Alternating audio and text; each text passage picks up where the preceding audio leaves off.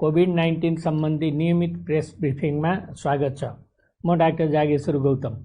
हामी हरेक दिन जस्तै आज पनि नेपालमा कोभिड-19 को राष्ट्रिय अद्यावधिक विवरण नेशनल अपडेटका साथ उपस्थित भएका छौँ। आज हामीले बहुसांस्कृतिक मनोसामाजिक संस्था नेपालका मनोचिकित्सक तथा कार्यकारी निर्देशक डाक्टर कमल गौतमलाई निम्त्याएका छौँ विज्ञको रूपमा। हामीलाई साङ्केतिक भाषामा सागर सुवेदीले साथ दिइरहनु भएको छ। विश्वमा आजसम्मको तथ्याङ्क हेर्दा 2,83,35,667 जना व्यक्तिहरू कोभिड-19बाट सङ्क्रमित हुनुभएको छ भने निको हुनेको सङ्ख्या 2,03,57,391 रहेको छ। आज देशभरि जम्मा सक्रिय सङ्क्रमितहरूको सङ्ख्या 14,925, संस्थागत आइसोलेसनमा रहनुभएका व्यक्तिको सङ्ख्या 8,291। प्रदेश अनुसार प्रदेश 1 मा 419, प्रदेश 2 मा 401, बागमती प्रदेशमा 4,810, गण्डकी प्रदेशमा 762, प्रदेश 5 मा 1,102, कर्णाली प्रदेशमा 253, सुदूरपश्चिम प्रदेशमा 544 जना हुनुहुन्छ। होम आइसोलेसनमा रहनुभएका व्यक्तिहरूको सङ्ख्या प्रदेश 1 मा 937, प्रदेश 2 मा 2,145, बागमती प्रदेशमा 2,501, गण्डकी प्रदेशमा 100, प्रदेश 5 मा 678, कर्णाली प्रदेशमा 90 जना र सुदूरपश्चिम प्रदेशमा 183 जना गरी जम्मा 6,634 जना हुनुहुन्छ। नेपालमा आजको पिसिआर 10,701 गरी जम्मा 8,21,186 परीक्षण भएको छ। गत 24 घण्टामा सङ्क्रमितको सङ्ख्या 1,454 रहेको छ। क्वारेन्टाइनमा रहनुभएका व्यक्तिहरूको सङ्ख्या 6,078 छ। प्रदेश अनुसार प्रदेश 1 मा 995, प्रदेश 2 मा 492, बागमती प्रदेशमा 461, गण्डकी प्रदेशमा 594, प्रदेश 5 मा 1,240, कर्णाली प्रदेशमा 623, सुदूरपश्चिम प्रदेशमा 1,673 जना हुनुहुन्छ। कोभिड सङ्क्रमणबाट मुक्त भई गत 24 घण्टामा डिस्चार्ज हुनुहुनेहरूमा जम्मा 972 जना हुनुहुन्छ र आजसम्म टोटल डिस्चार्ज हुने 36,672 जना हुनुहुन्छ। प्रदेश अनुसार प्रदेश 1 मा 3,324, प्रदेश 2 मा 10,242, बागमती प्रदेशमा 6,535, गण्डकी प्रदेशमा 2,143, प्रदेश 5 मा 6,248, कर्णाली प्रदेशमा 2,470, सुदूरपश्चिम प्रदेशमा 5,710 जना हुनुहुन्छ। कोभिड-19 सङ्क्रमणबाट मुक्त हुने दर 71% छ।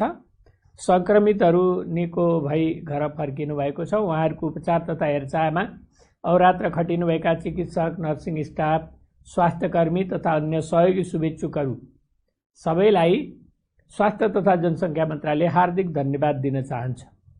2वटा कल सेन्टरबाट हामीलाई 872 वटा कल प्राप्त भएका छन्। अब म आइसियुमा रहनुभएका उपचाररत रहनुभएका बिरामीहरूको सङ्ख्या भन्छु। प्रदेश अनुसार प्रदेश 1 मा 5 जना, प्रदेश 2 मा 24 जना, बागमती प्रदेशमा 107 जना, गण्डकी प्रदेशमा 5 जना, प्रदेश 5 मा 22 जना, कर्णाली प्रदेशमा 6 जना र सुदूरपश्चिम प्रदेशमा 1 जना गरी जम्मा 170 जना बिरामी आइसियुमा हुनुहुन्छ। भेन्टिलेटरमा उपचाररत सङ्ख्या प्रदेश अनुसार बागमती प्रदेशमा 22 जना, प्रदेश 5 मा 2 जना, सुदूरपश्चिम प्रदेशमा 1 जना गरी जम्मा 25 जना हुनुहुन्छ। 500 भन्दा बढी सक्रिय सङ्क्रमितहरू रहनुभएको जिल्लाहरू सुनसरी, सर्लाही, काठमाडौँ, चितवन र रूपन्देही गरी 5वटा जिल्ला छन्। शून्य सङ्क्रमित भएका जिल्लाहरूमा सोलुखुम्बु, मनाङ, मुस्ताङ, म्याग्दी, डोल्पा, हुम्ला र मुगु रहेका छन्। र अब म डाक्टर कमल गौतमलाई आफ्नो कुराहरू राख्नको लागि अनुरोध गर्छु। म नमस्कार। हरेक वर्ष सेप्टेम्बर 10 तारिकका दिन विश्वभर विश्व आत्महत्या रोकथाम दिवसको रूपमा मनाउने गरिएको छ। यस वर्ष पनि सेप्टेम्बर 10 तारिकका दिन विश्वभर विश्व आत्महत्या रोकथाम दिवस मनाइयो। नेपालमा पनि विभिन्न खालका कार्यक्रमहरू गरी हिजो विश्व आत्महत्या रोकथाम दिवस मनाइयो। पछिल्लो समय नसर्ने रोग, मानसिक स्वास्थ्य समस्या तथा आत्महत्या प्रचुर मात्रामा बढ्दै गइरहेको अवस्था हामीलाई जानकारी छ। अहिलेको अवस्थामा हेर्ने हो भने हरेक वर्ष लगभग 8,04,000 व्यक्तिले चाहिँ आत्महत्याबाट ज्यान गुमाइरहनु परेको अवस्था छ। त्यसै गरी यसलाई केलाएर हामीले हेर्ने हो भने हरेक 40 सेकेन्डमा एकजना व्यक्तिले आत्महत्याबाट ज्यान गुमाइरहेको अवस्था छ। सँगसँगै हरेक एक आत्महत्या बराबर 20 देखि 25 गुणा आत्महत्याका प्रयासहरू हुने गरेको पाइन्छ। यस अर्थमा पनि हामीले हेर्ने हो भने विश्वभर आत्महत्या एउटा गम्भीर जनस्वास्थ्य सरोकारको विषय बन्दै गइरहेको छ र विश्व स्वास्थ्य सङ्गठनको आँकडा अनुसार सन् 2020 पश्चात हरेक 20 सेकेन्डमा एकजनाले आत्महत्याबाट ज्यान गुमाउने छन् भन्ने खालको प्रक्षेपण गरिएको छ। यसै सिलसिलामा हामीले नेपालको तथ्याङ्कलाई केलाएर हेर्ने हो भने नेपाल विश्व आत्महत्या दरमा 7औं स्थानमा पर्छ। त्यसै गरी नेपालमा महिलाहरूमा हुने गरेको आत्महत्यालाई हामीले केलाएर हेर्ने हो भने महिला मृत्युदरमा आत्महत्याका क्रममा नेपाल तेस्रो स्थानमा परेको छ र यो सन् 2012 को विश्व स्वास्थ्य सङ्गठनको तथ्याङ्क अनुसार हो। अब यसबाट हामीले हेर्दा के देखिन्छ भन्दा नेपालमा पनि आत्महत्या तथा मानसिक स्वास्थ्य समस्या चाहिँ बढ्दै गइरहेको छ र प्रजनन उमेर समूहका महिलाहरूमा हेर्ने हो भने लगभग 16% मृत्युदर आत्महत्याले ओगटेको छ र पछिल्ला समय मातृमृत्युदर घटाउन नसकेको अवस्थामा मातृमृत्युदरको अवस्थामा यसले पनि ठुलै हिस्सा ओगटेको हामीले पाएका छौँ। यस अर्थमा पछिल्लो समयमा विशेष गरी किशोर किशोरी तथा युवा युवतीहरूमा आत्महत्या बढ्दै गइरहेको पनि पाइएको छ र नेपालमा गत वर्षको तथ्याङ्क हेर्ने हो भने लगभग 5,819 जना व्यक्तिले आत्महत्याबाट ज्यान गुमाए भने यस वर्षको हालसालै सार्वजनिक गरेको तथ्याङ्क अनुसार 6,279 जना व्यक्तिले आत्महत्याबाट ज्यान गुमाएको छन् र हरेक वर्ष नेपालमा आत्महत्या बढ्दो क्रममा रहेको देखिन्छ। यसै सिलसिलामा अहिले भर्खरै हामीले कोभिड-19 को एउटा महामारी झेल्नु परेको अवस्था छ।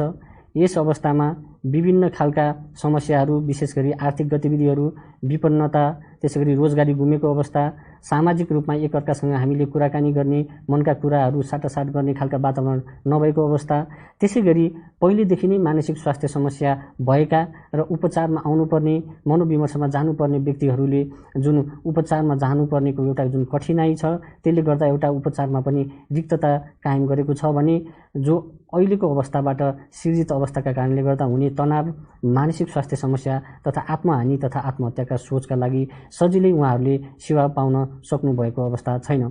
यसै सन्दर्भमा बहुसांस्कृतिक मनोसामाजिक संस्था नेपालले अहिलेको प्रकोपको समयमा आत्महत्याको दर कस्तो छ त भनेर एउटा अध्ययन अनुसन्धान पनि गरेको थियो र यस अनुसन्धानको प्रारम्भिक नतिजा अनुसार हामीले के पाएका छौँ भन्दा विशेष गरी चिकित्सा मनोविद तथा मनोचिकित्सकहरूको भनाइमा अहिले मानसिक स्वास्थ्य समस्या बढ्दै गइरहेको छ र यो बढ्दै जाने क्रममा चाहिँ आगामी दिनहरूमा यसले निम्त्याउन सक्ने मानसिक स्वास्थ्य समस्या लगायत आत्महत्या अझ प्रबल रूपमा बढ्दै जानेछ र यसका लागि अहिले नै हामीले ठोस रूपमा पहल कदम नचालेको खण्डमा यो समस्याले चाहिँ हामीलाई अझ प्रचुर मात्रामा गाल्नेछ भन्ने खालको पनि यसले नतिजा देखाएको छ र यस अवस्थामा अब यस्ता खालका आत्महत्याका घटनाहरू किन हुन्छन् त भनेर हामीले हेर्ने हो भने आत्महत्याका पछाडि मानसिक स्वास्थ्य समस्या नै प्रमुख विषयको रूपमा रहेको देखिन्छ र लगभग भनिन्छ 95% आत्महत्याहरू मानसिक स्वास्थ्य समस्याका कारणले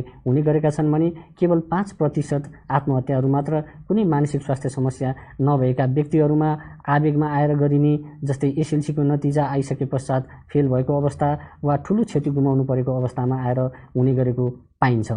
तसर्थ हामीले कुनै पनि व्यक्तिले आफूलाई आत्महत्याको सोच, विचार, योजना वा प्रयास गरेको छ वा कम्प्लिट भएको छ भने यो चाहिँ मानसिक स्वास्थ्य समस्याकै उपज हो भनेर हामीले बुझ्न जरुरी छ। र अधिकांश आत्महत्या तथा आत्महानिका प्रयासमा मानसिक स्वास्थ्य समस्या विशेष गरी डिप्रेसन वा नेपालीमा हामीले उदासीनता पनि भन्छौँ, उदासीनताको रोग योसँग सम्बन्धित रहेको पाइन्छ। तसर्थ अब मानसिक स्वास्थ्य समस्याका कारणले हुने भएको हुँदा मानसिक स्वास्थ्य समस्या सम्बन्धी हामीले समयमै उचित मनोविमर्श सेवा, त्यसैगरी उचित रूपमा चिकित्सा मनोविद तथा मनोचिकित्सकसँग सेवा लिएको खण्डमा यसलाई हामीले समयमै पहिचान गर्ने, व्यवस्थापन गर्ने तथा त्यसबाट हुन सक्ने जटिल जुन गम्भीर खालका घटनाहरू छन् त्यसलाई न्यूनीकरण गर्न सकिन्छ। र हामीले धेरै जसो समय चाहिँ आत्महत्यालाई केही कारणहरूसँग चाहिँ जोडिरहेका हुन्छौँ र साधारण तवरले कुनै गरिबी वा बेरोजगारी वा कुनै एउटा साधारण एउटा घटनासँग चाहिँ जोडेका हुन्छौँ। यद्यपि आत्महत्या कुनै एउटा साधारण कारणले मात्र नभएर यसमा बहुपक्षीय कारणहरू सम्बन्धित हुन्छन् जुन मानसिक स्वास्थ्य समस्यासँग जोडिएका हुन्छन् र यसमा कुनै पनि व्यक्तिको मनोवैज्ञानिक अवस्था, त्यसैगरी उसको जैविक कारणहरू जस्तै आफ्नो परिवारमा भएका आत्महत्याका घटनाहरू, मानसिक स्वास्थ्य समस्या भएका जुन इतिहासहरू र त्यसैगरी सामाजिक परिवेशहरू जस्तै बेरोजगारी, आर्थिक विपन्नता, जागिर गुमेको अवस्था, यस्ता खालका अवस्थाहरूले चाहिँ त्यस व्यक्तिमा मानसिक स्वास्थ्य समस्या र आत्महत्यालाई चाहिँ निम्त्याउनका लागि प्रमुख भूमिका निर्वाह गरेका हुन्छन्।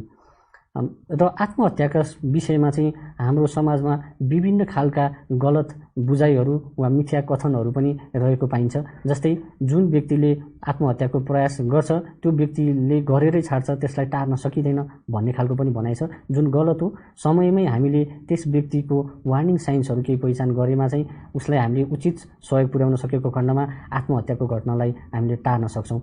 त्यसै गरी अर्को हामीले के बुझ्छौँ भन्दा कुनै पनि व्यक्तिले एकपटक आत्महत्याको प्रयास गरिसकेपछि हामीले उसलाई बचाएको खण्डमा फेरि चाहिँ आत्महत्याको घटना चाहिँ हुँदैन भन्ने खालको बुझाइ छ, जुन गलत हो। किनभने एकपटक कुनै व्यक्तिले आत्महत्याको प्रयास गर्छ भने फेरि पनि भविष्यमा आत्महत्या हुन सक्ने सम्भावना धेरै बढेर जाने भएको हुँदा हामीले उसलाई निरन्तर रूपमा निगरानीमा राख्नुपर्ने र उपचारमा राख्नुपर्ने जरुरत हुन्छ। र अर्को कुरा हामीले के भन्न ठान्छौँ भने धेरै जसो आत्महानिको प्रयास गर्ने व्यक्तिहरूले कुनै पनि सङ्केत दिँदैनन्, तर उपलब्ध अध्ययन अनुसन्धानको नतिजाले के भन्छ भन्दा करिब 80% व्यक्तिहरूले आत्महत्या गर्नुभन्दा अगावै करिब कम्तीमा 2 हप्ता अगाडि चाहिँ कुनै न कुनै खालका वार्निङ साइन्स वा आत्महत्या गर्ने सङ्केत छोडेका हुन्छन्। यसलाई नै हामीले पहिचान गर्न सकेको खण्डमा चाहिँ हामीले आत्महत्यालाई न्यूनीकरण गर्न सक्छौँ। त्यसै गरी अब जोखिम केही तत्त्वहरू पनि हुन्छन्, आत्महत्यासँग जोडिएका केही जोखिम तत्त्वहरू हुन्छन्। ती जोखिम तत्त्वहरू जसले चाहिँ कुनै व्यक्तिलाई आत्महत्या गर्नलाई उक्साउँछ। विशेष गरी कुनै पनि आत्महानि सम्बन्धीको सोच, विचार, योजना वा प्रयास भनेको त्यस व्यक्तिको एउटा अन्तिम विकल्पको रूपमा प्रस्तुत हुने घटना हो। तसर्थ अन्तिम समयसम्ममा पनि त्यस व्यक्तिले कुनै न कुनै खालको आफूले सहयोग खोजिरहेको हुन्छ र आत्महत्याको बारेमा चाहिँ हामीले खुलेर कुरा गर्नाले त्यस व्यक्तिको मनोभावनालाई बुझ्ने र उसलाई उचित मनोपरामर्श तथा उसका भावनाहरू बुझी उसको समस्यालाई समाधान गर्न र अगाडि बढ्नलाई चाहिँ सहयोग पुर्याउँछ। र अब को व्यक्तिहरू चाहिँ यसमा जोखिम हुन्छन् भनेर हामीले हेर्ने हो भने केही यस्ता जोखिम तत्त्वहरू छन् जसको आधारमा चाहिँ हामीले त्यस व्यक्तिमा आत्महत्याको लागि वा आत्महानिको सोचाइ सम्बन्धी मूल्याङ्कन गर्न सक्छौँ। विशेष गरी एक्कल रहेका व्यक्तिहरू, सम्बन्ध विच्छेद भएका व्यक्तिहरू, त्यसै गरी विभिन्न खालका शारीरिक तथा यौन हिंसाबाट गुज्रिरहेका व्यक्तिहरू, दीर्घकालीन रोग रहेका व्यक्तिहरू, त्यसै गरी मानसिक स्वास्थ्य समस्याबाट प्रभावित व्यक्तिहरू, लागु औषधको दुर्व्यसनी वा मादक पदार्थ सेवन गर्ने व्यक्तिहरू, यस्ता खालका व्यक्तिहरू चाहिँ विशेष गरी आत्महत्याको उच्च जोखिममा रहेका हुन्छन्। र यी जोखिम सँगसँगै यसलाई हामीले समयमा पहिचान नगर्दाखेरि चाहिँ त्यो बढ्दै जाने र अन्तिम विकल्पको रूपमा चाहिँ अब यो संसार कुनै विकल्प छैन भन्ने खालका निराशावादी सोचहरू आइसके पश्चात त्यस व्यक्तिले आफ्नो जीवन अन्त्य गर्ने निर्णय गर्छ र आत्महत्याको प्रयास गर्ने गरेको हुन्छ। र यस सँगसँगै हामीले के बुझ्नुपर्छ भन्दा यो कुरा गरिरहँदा धेरै जसो व्यक्तिहरूमा आत्महत्याको प्रयास गर्नु पूर्व उसले केही सङ्केत दिने भएको हुँदा ती सङ्केत चिन्हहरू चाहिँ हामीले पहिचान गर्न सकेको खण्डमा समयमै हामीले यस्ता खालका विभिन्न सहयोग गर्न सकेको खण्डमा चाहिँ न्यूनीकरण गर्न सक्छौँ। र के खालका सङ्केतहरू देखाउँछन् भनेर हामीले हेर्ने हो भने कुनै पनि व्यक्तिले आत्महत्या गर्नु पूर्व आत्महत्याको बारेमा वा आफ्नो मृत्युको बारेमा पुरा गर्न सक्छ। जस्तै मृत्यु भइसकेपछि के हुन्छ होला, कस्तो हुन्छ होला भन्ने खालको कुराकानीहरू गर्ने, त्यसै गरी आफ्नो मृत्यु पूर्व गर्नुपर्ने विभिन्न खालका क्रियाकलाप जस्तै आफ्नो घर परिवारको चाँजो मिलाउने, सम्पत्तिको भागभण्डा गर्ने जस्ता यस्ता खालका क्रियाकलापहरू पनि गरिरहेका हुन्छन्। त्यसै गरी अन्य व्यक्तिहरूले चाहिँ अब पहिले कुनै मादक पदार्थ वा रक्सी सेवन नगर्ने व्यक्तिले हालको दिनमा आएर चाहिँ यसलाई एउटा समस्या जुझ्नको लागि मादक पदार्थ तथा लागु औषधको सेवन अत्यधिक मात्रामा गर्ने खालका व्यवहारहरू पनि देखाउँछन्। केही व्यक्तिहरूले भने आत्महत्या गर्नु पूर्व आफूले एउटा नोट वा सुसाइड नोट पनि लेख्ने गर्छन्, जुन चाहिँ ले हिन्ट गर्छ कि उहाँले निकट भविष्यमा यस्तो खालको प्रयास गर्दै हुनुहुन्छ। र यसका अलावा त्यस व्यक्तिले आत्महत्या गर्नु पूर्व यसका लागि चाहिने आवश्यक औजारहरू जस्तै धारिलो हात हतियार, झुन्डिनलाई प्रयोग गरिने डोरी, त्यसै गरी विषादी जस्ता विभिन्न खालका कीटनाशक औषधिहरू पनि किनेर ल्याउने खालका तयारीहरू पनि गरेका हुन्छन्। अब यस्ता खालका सङ्केतहरू चाहिँ हामीले पूर्वानुमान गरी समयमै पहिचान गर्नका लागि चाहिँ हाम्रो घर परिवार, त्यसै गरी साथी, सम्पूर्ण स्वास्थ्यकर्मीको पनि हाम्रो भूमिका रहन्छ। र यस सँगसँगै अब यस्ता खालको समस्या भएको खण्डमा हामीले के गर्ने त भन्दाखेरि यसमा जो प्रभावित व्यक्ति हुनुहुन्छ उहाँको पनि धेरै महत्त्वपूर्ण भूमिका हुन्छ। त्यसै गरी घर परिवारको पनि महत्त्वपूर्ण भूमिका रहन्छ भने स्वास्थ्यकर्मी लगायत हामी सञ्चारका माध्यम अन्य व्यक्तिहरूको पनि उत्तिकै महत्त्वपूर्ण भूमिका हुन्छ। विशेष गरी व्यक्ति आफैले पनि आत्महत्या तथा मानसिक स्वास्थ्य समस्याबाट बाहिर आउनका लागि केही खालका क्रियाकलापहरू गर्न सक्नुहुन्छ। जस्तै नियमित रूपमा शारीरिक व्यायामहरू गर्ने, त्यसै गरी स्वस्थ रहन गरिने क्रियाकलापहरूलाई सुचारू गर्ने, त्यसै गरी आफ्ना मनमा लागेका कुराहरूलाई आफ्ना साथीभाइहरूसँग साटासाट गर्ने वा केही भएन भने आफ्नो डायरीमा पनि नियमित रूपमा आफ्ना मनका कुराहरूलाई व्यक्त गर्न सकिन्छ। त्यसै गरी योग, ध्यान तथा अभ्यासहरू पनि गर्नाले हाम्रो मनोबल बढाउन तथा हाम्रो शरीरलाई आराम गर्नको लागि सहयोग पुर्याउने यस्ता खालका क्रियाकलापहरूलाई पनि हामीले अगाडि बढाउनुपर्छ। त्यसै गरी यदि कुनै पनि समयमा आफूलाई आफ्नो जिन्दगी चाहिँ निराशाजनक छ, कुनै अर्थ छैन, बाँच्नुको कुनै अर्थ छैन वा मेरो कोही पनि छैन भन्ने खालका यस्ता खालका सोचहरू आउँछन् र यो जिन्दगीको अन्त्य गर्नुपर्छ भन्ने खालको सोच आउँछ भने त्यो अवस्थामा चाहिँ त्यस व्यक्तिले यो साधारण अवस्था होइन, मैले तुरुन्तै तालिम प्राप्त स्वास्थ्यकर्मी, मनोचिकित्सक वा चिकित्सा मनोविदबाट आवश्यक सेवा लिनुपर्छ भन्ने कुरा हेक्का राख्दै नजिकैको स्वास्थ्यकर्मीकामा गएर सेवा लिनु उपयुक्त हुन्छ। र यसका साथसाथै हाम्रो घर परिवारको पनि उत्तिकै भूमिका हुन्छ। त्यस व्यक्तिलाई आइपरेको जुन घटनाहरू छन्, जुन खालका समय वा सामाजिक परिवेश छन्, त्यो परिवेशबाट बाहिर आउनका लागि घर परिवारले समस्या समाधान गर्नको लागि सहयोग गर्ने, भावनात्मक सहयोगहरू गरिदिने, त्यसै गरी त्यस व्यक्तिको कुराकानी बुझ्नको लागि पनि घर परिवारको महत्त्वपूर्ण भूमिका हुनसक्छ। त्यसै गरी अहिलेको समयमा बन्दीको अवस्थामा आफ्नो स्वास्थ्यको जुन निरन्तरता, उपचारको निरन्तरता छ, यसलाई केही गडबड भएको अवस्थामा घर परिवारले समयमै कसरी सेवा लिन सकिन्छ, यसका लागि पनि उहाँहरूले समयमै स्वास्थ्यकर्मीकोमा जानको लागि भूमिका निर्वाह गर्न सक्नुहुन्छ।